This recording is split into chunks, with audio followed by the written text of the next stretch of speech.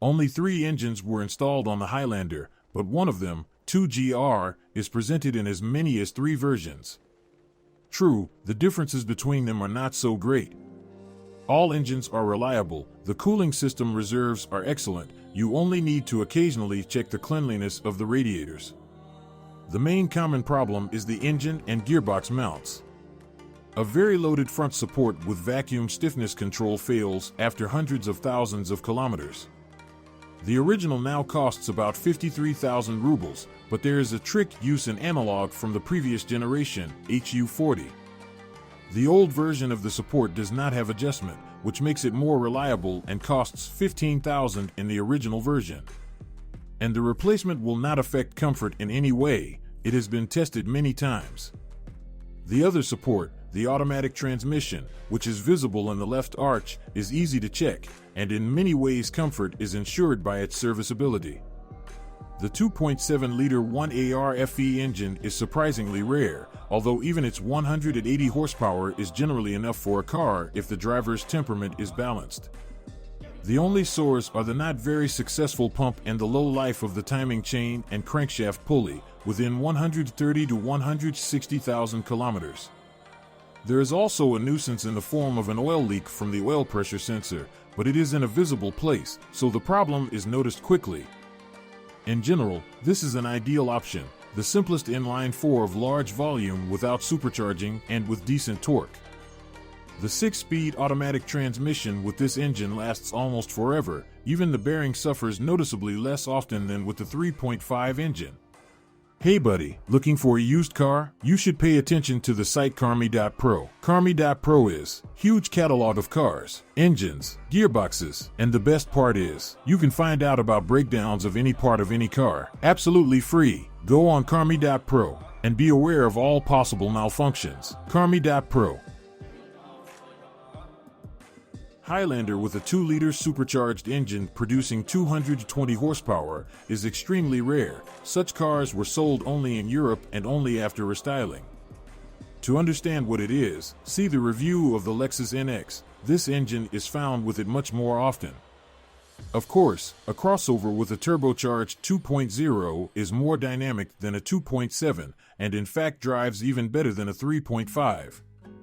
However, this supercharged engine requires meticulous maintenance and does not tolerate the carelessness in service that is common to many owners of Japanese cars. Most Highlanders in Russia have a 3.5-liter V6. These are different versions of the 2GR engine with power from 249 to 300 horsepower. It is interesting that in the Russian specification there is no difference in power between 2GR FVE and 2GR FKS. Both are limited to tax 249 forces. But imported cars will be different. The full-fledged FKS has an output of 299 horsepower, while the American FE produces 277 horses.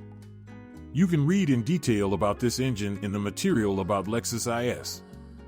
On the 2GR Highlander, cylinder 1 scuffing and overheating are almost non-existent. This is a later iteration of the 2GR, and it's almost perfect. However, you need to check the condition of the VVTi system filters, otherwise the clutches will knock.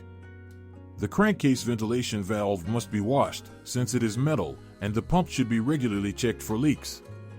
If the car has driven more than 200,000, do not be too lazy to look into the first and fifth cylinders with an endoscope. There is a chance that you will find scuffs.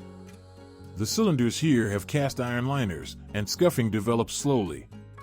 But if there are a lot of them, then the oil burn is already guaranteed, and when working at high speeds you can catch the fist of friendship.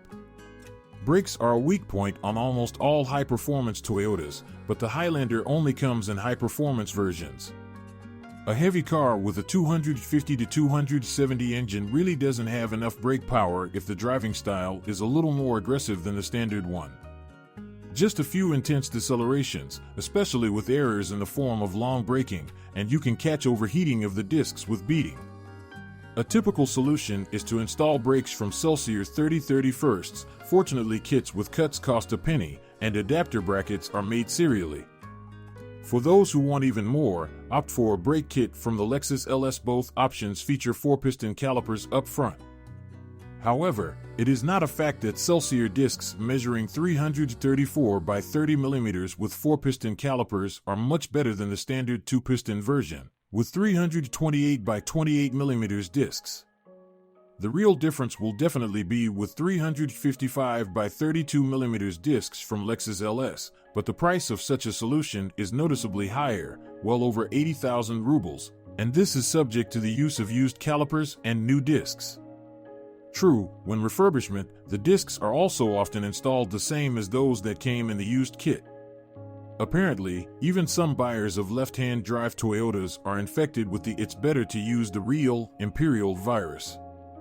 Some owners are looking for a variety of sports sets with perforations and notches on the discs and pads with increased tenacity. The solution is also quite successful. In any case, the efficiency increases slightly, and the price of a set of discs is low. Some enthusiasts generally prefer 6-piston Brembo kits from powerful German cars, but they only work with a decrease in wheel offset, that is, with its displacement outward from the arch, are expensive, and their service life is short due to unsuccessful boots. In fact, they fit on the same brake discs from Lexus/Infiniti with a diameter of 344/345 mm, so the difference compared to the mechanisms from Lexus LS, if there is one, is small. In addition to overheating, a typical problem with original calipers is the breakdown of one of the leaf springs holding the pads. Sometimes its residue gets under the pad, causing squeaking and damaging the disc. To avoid this, it is better to buy pads with a complete set of plates and springs or order an installation kit separately. On the rear axle, the factory brakes are also changed, but initially there are no problems with overheating. Usually modifications make sense only for operation with a full load and a trailer. The parking brake is reliable. Fortunately, it is implemented by a drum mechanism inside the main disc. Otherwise, there are no nuances with the brakes. ABS and sensors are not annoying with breakdowns, tubes and hoses are still working perfectly. The Highlander's suspension is monumental. The main thing that worries owners is faulty wheel bearings and sagging springs in the suspension. The second entails a relatively early failure of the silent blocks of the front and rear levers, especially butterfly silent blocks. Their rubber layer thickness is less than that of silent blocks with a central bushing, so they give up after 120,000 instead of the typical 200. Earlier, only anti-roll bars and stabilizer bushings sometimes suffer. For the original levers, the ball joints are changed regularly, but the silent blocks are irreplaceable. However, you can always replace them using a non-original one. The design of the front suspension is successful. McPherson strut is simple and reliable, the lever is strong, and the strut is powerful. The subframe rarely fails, and then only on cars of the first production corrosion at the welding points affects it. After 150,000 mileage, you can expect failure of both silent blocks of the front lever, but with live springs they can withstand up to 200,000 and even a little more. But the service life of the ball joint after 150,000 is unpredictable. There are cars where it has not been changed even with a mileage of 300,000, but in most copies, after 150,000 kilometers, the boot is cracked and the flexibility of the support is increased. The strut support holds up to much longer mileage. The rear multi-link is extremely simple, with powerful trailing and lower wishbones, as well as very solid support for the spring and shock absorber. In general, it's truly a standard of durability and maintainability. By 200,000, mainly the transverse small arms, the lower dumbbell and the upper sickle require replacement. But the silent block butterfly of the trailing arm is weakened, but with the springs not sagging, it is usually functional, as are the connections of the transverse arm to the hub. Wheel bearings also sometimes fail unpredictably, including with mileages of up to hundreds of thousands. The reason is most likely in the load close to the maximum. In most cases, breakdowns occur after long trips at high speed or after impacts. In general, the Highlander suspension can be considered exemplary reliable in modern times. The rack with a simple electric power steering does not provide ideal taxiing, but the unit does not yet cause much trouble. Knocks are rare, and the amplifier mechanism, which is located in the steering column, fails even more rarely. All this does not bother the owners much, since there are enough contract amplifiers, and the rack can be repaired. A powerful and heavy car by default means high loads on the transmission, so the key to its good technical condition is careful handling, rare towing, and reasonable speed on the highway. Then everything except the gearbox will last a long time. The U660 box, which was installed on most cars until 2017, is very reliable, but has two weak points. We are talking about thrust bearings and especially about the main shaft bearing in the housing. In principle, the problems are exactly the same as those of the U661 transmission on the Lexus NX. But, unlike the version on Lexus, the box on Highlander is more widespread, so there are no difficulties with replacing it with a contract one if necessary. The repair price starts from $150,000 and ends at $250,000, depending on the grade of the service. The price of work to refit the seat of the main shaft bearing starts from 15,000 rubles. Together with the bulkhead, 35 to 50,000, and consumables, 10 to 20,000, the total price of the repair could be noticeably lower than the announced minimum. Alas, most owners do not repair the unit at the first sign of illness, when the line first appears, and end up having to repair planetary gears, replace clutch packs and parts of bearings, and a bunch of other small things. It is believed that boxes produced since April 2014 at the West Virginia plant or since February at the Hokkaido factory have reinforced bearings, and the 2014 Kinura assembly unit is completely faultless. In fact, everything breaks, including boxes from 2015 to 2017. They die when the oil is changed infrequently, overheating due to high load, for example, when towing a trailer, or prolonged driving at speeds above 140 km per hour. As one familiar Highlander owner said, in the case of a box, you need to be like a samurai, always ready to die. And it really is ready. In the garage there is an automatic transmission, bought for 10,000 rubles and rebuilt for 30 with a new bearing.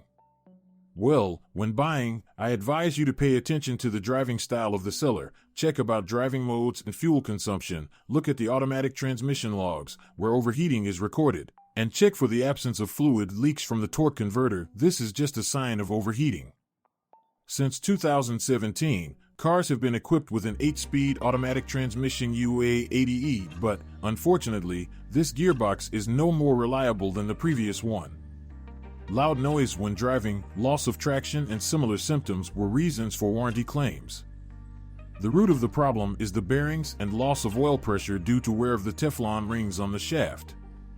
Nothing new, but repairs are much more expensive than for the U660, and there are still very few used boxes. Hey buddy, looking for a used car? You should pay attention to the site Carmi.pro. Carmi.pro is huge catalog of cars, engines, gearboxes, and the best part is, you can find out about breakdowns of any part of any car, absolutely free. Go on Carmi.pro and be aware of all possible malfunctions. Carmi.pro. The recall campaign affected 66,000 cars produced from November 2016 to December 2017, 2017 to 2018 model years. The manufacturer even announced that the warranty on the box was extended to 10 years from the date of release, but I'm afraid it will be difficult to use it now. A total of 150,000 potentially problematic vehicles were produced. So the chances that the automatic transmission in your car was not replaced under warranty, leaving the possibility of a surprise intact, are quite high. The transmission of the hybrid version is reliable in any case. The main complaints about this version are only about the cooling of the inverters, oxidation of the terminals, and other little things regarding the power electrics and control system. So we can assume that this is the most reliable transmission option, but also the rarest. The main complaint about the Highlander all-wheel drive system is the spinning nut of the angular gear shank, which entails a violation of the gaps in the mating gears, the appearance of backlash, gear leaks, and breakage of its housing and shafts. It is believed that after 100,000 you need not to be lazy and remove the cardan, tighten the nut, putting it back on the thread lock, and at the same time completely service the transfer case. The rear axle drive clutch requires an oil change every 60,000, and if you frequently drive through mud and snow, it is better to reduce the interval by half. The condition of the cardan and rear drives must be monitored and carefully checked if vibrations occur. Oddly enough, external traces of corrosion on Highlander are even slightly less common than on Lexus of the same years. It seems that in the USA they don't save much on painting and metal preparation. Even on traditionally problematic white Toyota cars, there is usually no visible rust. The main problem is chips on the outer panels, and even small dents due to the small thickness of the metal. Lots of craters in the paint, usually on the leading edge of the hood and front bumper. Chips on the side panels are also not uncommon.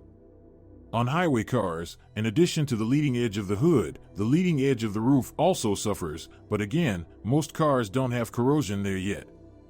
The back door is holding up well, and the worn paint in the door openings, which is common, has also not yet led to rust.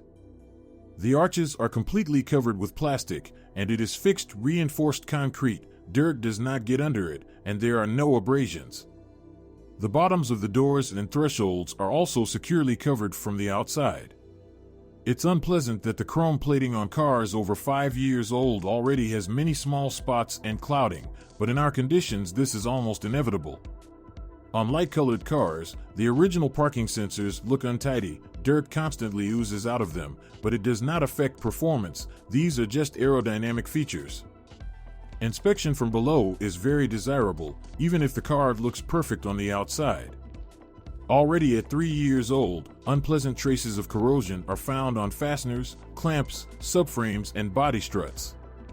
At the same time, the bottom itself is protected from damage by plastic anthers. They are not attached to the bottom itself, but on long brackets.